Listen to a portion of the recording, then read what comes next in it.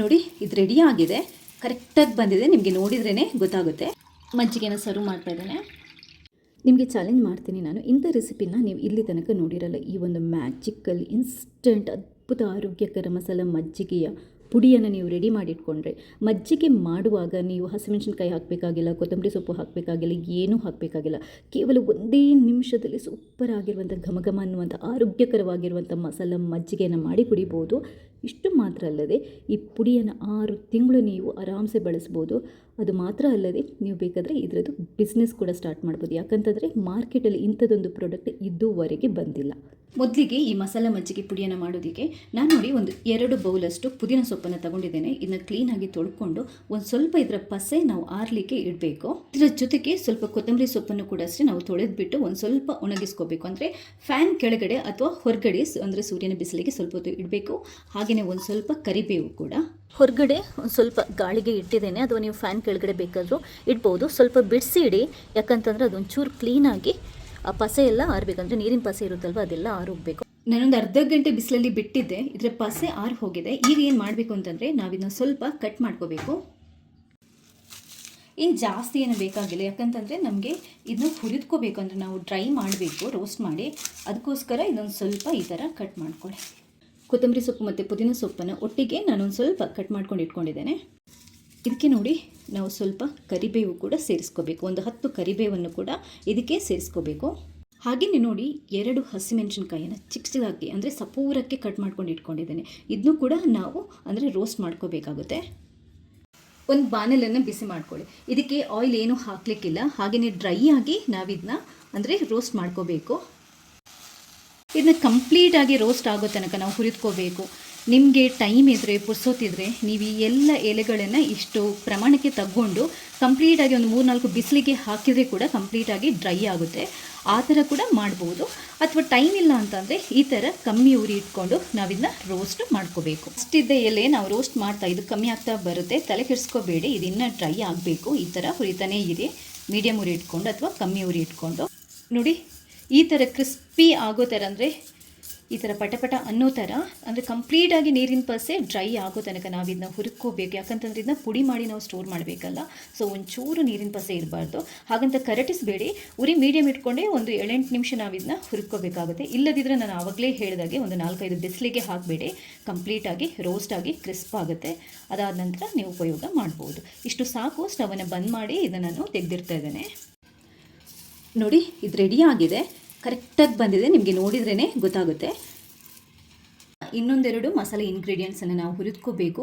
3 ಚಮಚದಷ್ಟು ಜೀರಿಗೆನ ತಗೊಳ್ಳಿ, 1 ಚಮಚದಷ್ಟು ಕಾಳುಮೆಣಸನ್ನು ತಗೊಳ್ಳಿ. ಇದು ಆಪ್ಷನಲ್. ಬಡೆ ಸೊಪ್ಪು, ಸೊಂಪು ಅಥವಾ ಫೆನೆಲ್ ಸೀಡ್ಸ್ ಅಂತ ಹೇಳ್ತೀವಿ, ಅದು ಒಂದು 1/4 ಚಮಚದಷ್ಟು. ಹಾಗೆಯೇ ಓಮ ಕಾಳು, ಇದು ಕೂಡ ನಿಮಗೆ ಒಳ್ಳೆ ಫ್ಲೇವರ್ ಕೊಡೋದಕ್ಕೆ. ಮತ್ತು ಇನ್ನೊಂದು ಏನು ಅಂತಂದರೆ ಡೈಜೆಷನ್ಗೆ ಕೂಡ ತುಂಬ ಒಳ್ಳೆಯದು, ಆರೋಗ್ಯಕ್ಕೆ ಕೂಡ ತುಂಬ ಒಳ್ಳೆಯದು. ಮಸಾಲ ಮಜ್ಜಿಗೆಗೆ ಅದ್ಭುತವಾಗಿರುವಂತಹ ರಿಫ್ರೆಶಿಂಗ್ ಫ್ಲೇವರನ್ನು ಇದೆರಡು ಕೊಡುತ್ತೆ. ಇದು ಆಪ್ಷನಲ್, ಹಾಕಿದರೆ ದಿ ಬೆಸ್ಟ್. ಈ ಇಂಗ್ರೀಡಿಯೆಂಟ್ಸ್ಗಳನ್ನು ಒಳ್ಳೆ ಅರೋಮಾ ಬರೋ ತನಕ, ಅಂದರೆ ಒಂದು ಮೀಡಿಯಮ್ ಫ್ರೈ ಆಗೋ ತನಕ ಹುರಿದ್ಕೋಬೇಕು. ಕಮ್ಮಿ ಉರಿ ಇಟ್ಕೊಂಡು ಹುರಿದ್ಕೊಳ್ಳಿ, ಕರಟಿಸಬೇಡಿ ಯಾವುದೇ ಕಾರಣಕ್ಕೂ.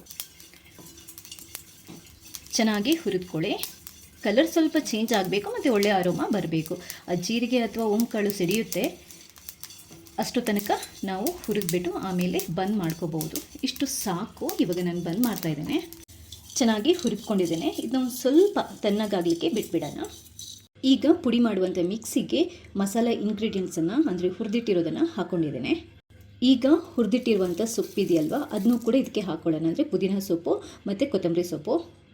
ಹಾಗೆ ಇದಕ್ಕೆ ಇನ್ನೊಂದು ಮುಖ್ಯವಾಗಿರುವಂಥ ಇಂಗ್ರೀಡಿಯೆಂಟ್ ಏನು ಅಂತಂದರೆ 1 ತುಂಡು ಶುಂಠಿನ ಸ್ವಲ್ಪ ಗುದ್ಬಿಟ್ಟು ಹಾಕ್ಕೊಳ್ಳಿ.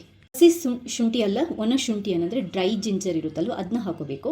ಡ್ರೈ ಶುಂಠಿ ಇಲ್ಲದಿದ್ದರೆ ಹಸಿ ಶುಂಠಿ ಅಂತೂ ಹಾಕೊಳ್ಳೋದಕ್ಕೆ ಹೋಗಬೇಡಿ. ನೀವು ಬೇಕಾದರೆ ಮಜ್ಜಿಗೆ ಮಾಡ್ಕೊಳ್ಳುವಾಗ ಸ್ವಲ್ಪ ಶುಂಠಿನ ಜಜ್ಜಿಬಿಟ್ಟು ಹಾಕೋಬಹುದು ಬೇಕು ಅಂತ ಇದ್ದರೆ. ಇದನ್ನ ಕ್ಲೀನಾಗಿ ಪುಡಿ ಮಾಡ್ಕೊಳ್ಳೋಣ. ನೋಡಿ ಈ ಥರ ಪುಡಿ ಮಾಡ್ಕೋಬೇಕು. ಎಷ್ಟು ನುಣ್ಣಗಾಗುತ್ತೋ ಅಷ್ಟು ಪುಡಿ ಮಾಡ್ಕೊಳ್ಳಿ. ಹೀಗೆ ಈ ಒಂದು ಪುಡಿಯನ್ನು ನಾನೊಂದು ಪಾತ್ರೆಗೆ ಹಾಕ್ಕೊಂಡಿದ್ದೇನೆ. ಈಗ ಇದಕ್ಕೆ 1.5 ಚಮಚದಷ್ಟು ಬ್ಲ್ಯಾಕ್ ಸಾಲ್ಟ್ ಅಂತ ಬರುತ್ತೆ, ಅದನ್ನ ಸೇರಿಸ್ಕೋಬೇಕು.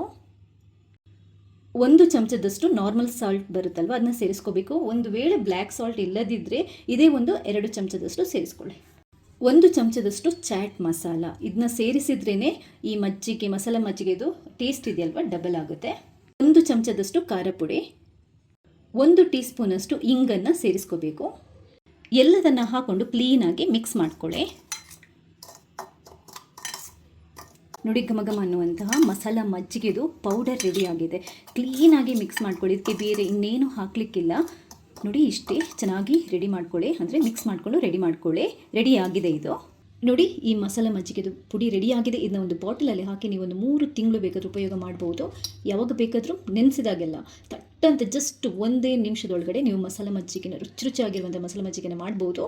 ಇದನ್ನು ಯಾವ ಥರ ಉಪಯೋಗ ಮಾಡಿಕೊಂಡು ನಾವು ಮಸಾಲ ಮಜ್ಜಿಗೆ ಮಾಡ್ಬೋದು ಅನ್ನೋದನ್ನು ಕೂಡ ಇವತ್ತಿನ ವಿಡಿಯೋದಲ್ಲಿ ಹೇಳ್ಕೊಡ್ತಾ ಇದ್ದೀನಿ. ಪಾತ್ರೆನ ತಗೊಳ್ಳಿ.